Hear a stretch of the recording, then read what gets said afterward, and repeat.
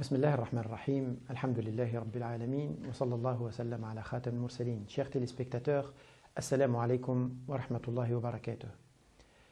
Quelques années après le début du message du prophète sallallahu alayhi wa sallam, alors qu'il était encore à la Mecque et que quelques dizaines de personnes ont adhéré à l'islam, la persécution des Mécois vis-à-vis de ces convertis s'est accentuée à tel point que le prophète sallallahu alayhi wa sallam a proposé aux plus faibles parmi eux, ceux qui n'appartenaient pas à des familles d'un rang social qui pouvaient leur assurer une sorte de protection, il avait proposé à quelques dizaines, environ 80 personnes, de quitter la Mecque et d'aller chercher refuge dans un autre pays, loin de la Mecque, loin de l'Arabie, en Abyssinie, l'actuelle Éthiopie. Il leur a dit, allez vous installer en Éthiopie, c'est un pays qui est dirigé par un roi juste et où on ne craint pas, on ne court aucun risque, il n'y a rien à craindre de sa part ou dans ce pays-là. Donc ses compagnons organisent leur départ discrètement et puis partent tous s'installer en Abyssinie.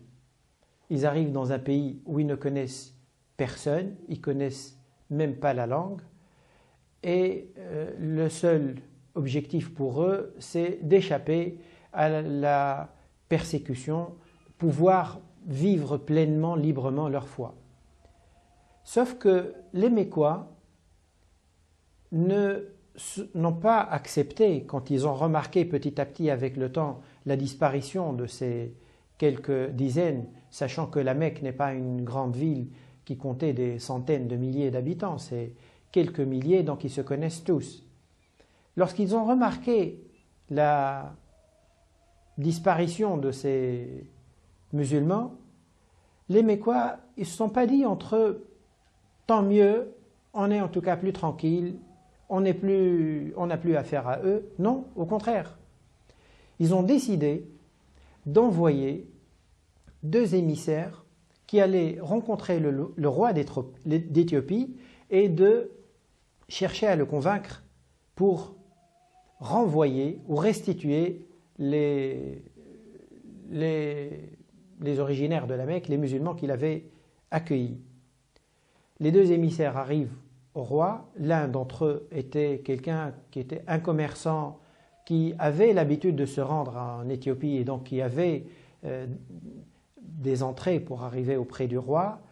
Et donc arrivé, il lui dit, voilà, nous avons quelques jeunes, des jeunes égarés en quelque sorte, qui ont quitté qui sont rebellés contre nos traditions, nos mœurs, notre religion, et qui nous ont causé beaucoup de tort, et ils sont venus s'installer chez vous, et leurs parents aimeraient bien les récupérer. Et donc, on aimerait bien que vous nous les rendiez. Le Négus, avant de répondre à cette requête, il décide de faire appel ou de demander qu'on lui ramène quelques-uns parmi ces Arabes qui sont venus s'installer en Éthiopie pour connaître un peu de plus près de quoi il était. Les gardes du Négus lui ramènent un groupe de ses compagnons, de ses musulmans. Il les fait entrer à la cour du Négus et donc il leur demanda c'est quoi le problème, qu'est-ce qui les a fait venir et quel est au juste leur récit, leur histoire.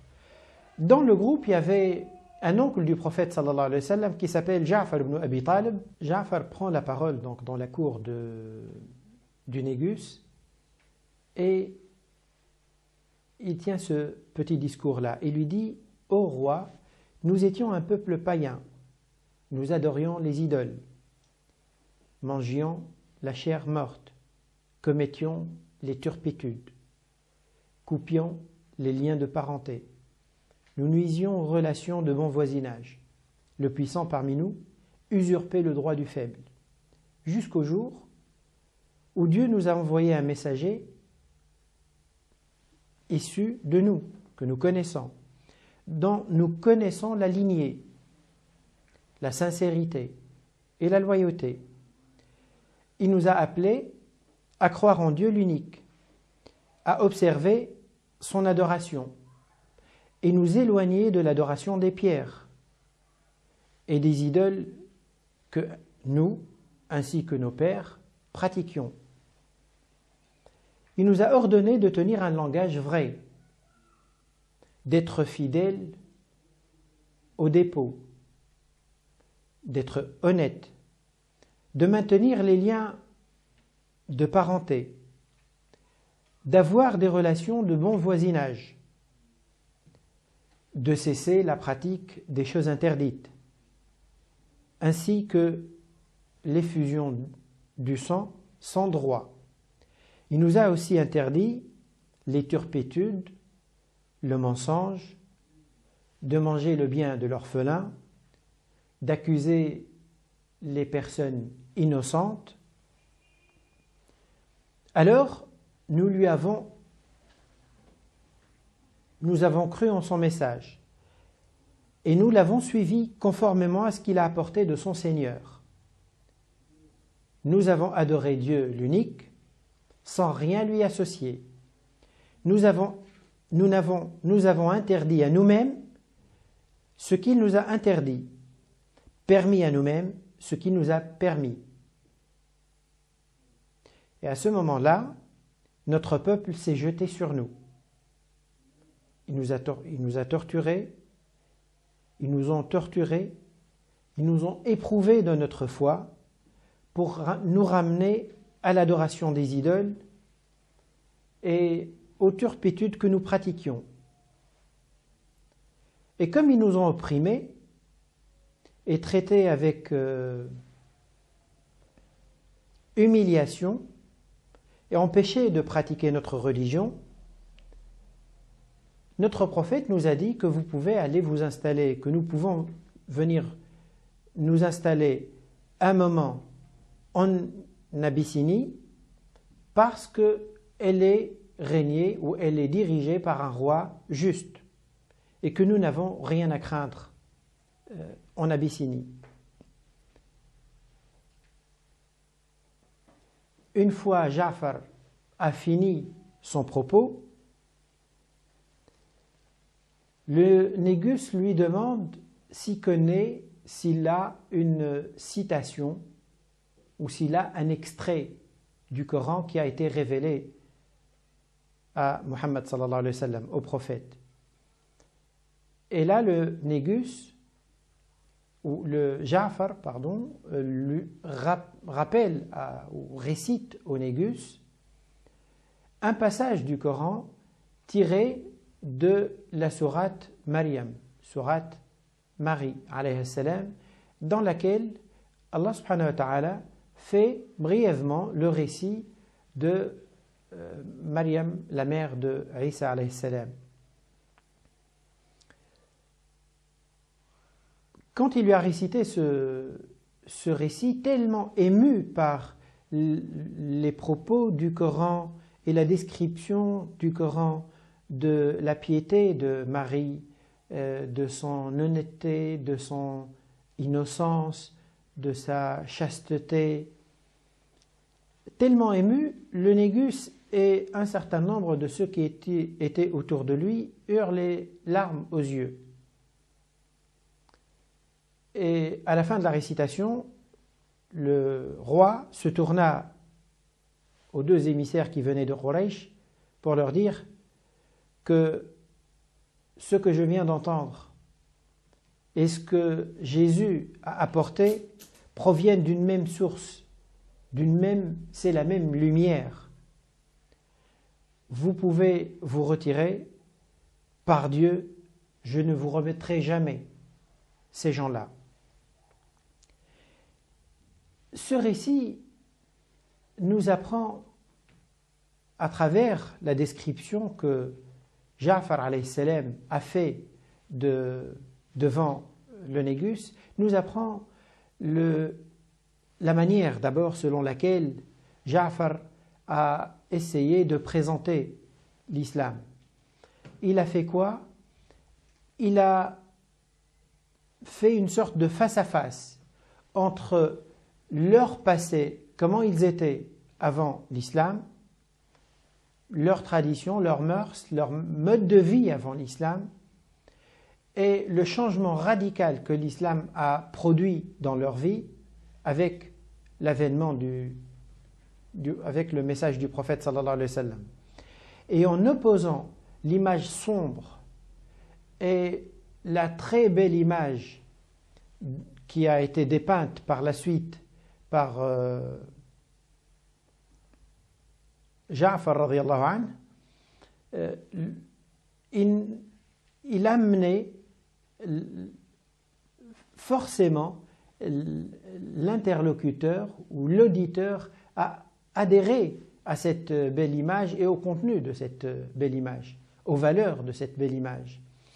Donc, d'abord, Ja'far il a procédé dans la présentation du message de l'islam de cette manière-là, en montrant le degré de décadence dans lequel ils étaient et les qualités que l'islam leur a apportées et qu'il n'y a rien de mal dans ce message.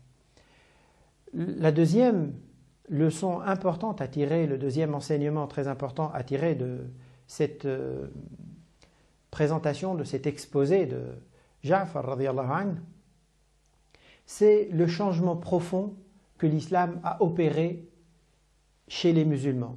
C'est qu'il n'a pas juste changé en eux quelques apparences ou une petite partie de leur être, de leur vie. Ils n'ont pas rajouté une sorte d'option dans leur vie, c'est de faire 5 prières, ou une deuxième option de jeûner. Non, c'est leur mode de vie qui a complètement changé, leur philosophie dans la vie a changé, leur façon de vivre a changé, leurs habitudes ont complètement changé. Et là, Ja'far radiyallahu anhu nous montre que le message de l'islam consiste réellement en un changement profond. C'est sûr que ce changement ne fait pas du jour au lendemain, ne se fait pas d'un coup, mais en tout cas, c'est ça le vrai changement que l'islam veut produire dans la vie de chacun d'entre nous et veut produire petit à petit à l'échelle collective également. Il veut améliorer la société à la fois au niveau de ses convictions, de ses croyances, mais surtout au niveau de ses valeurs, de ses principes, de son mode de vie et de la nature des relations et de la nature de l'échelle des valeurs qui est vécue dans cette société.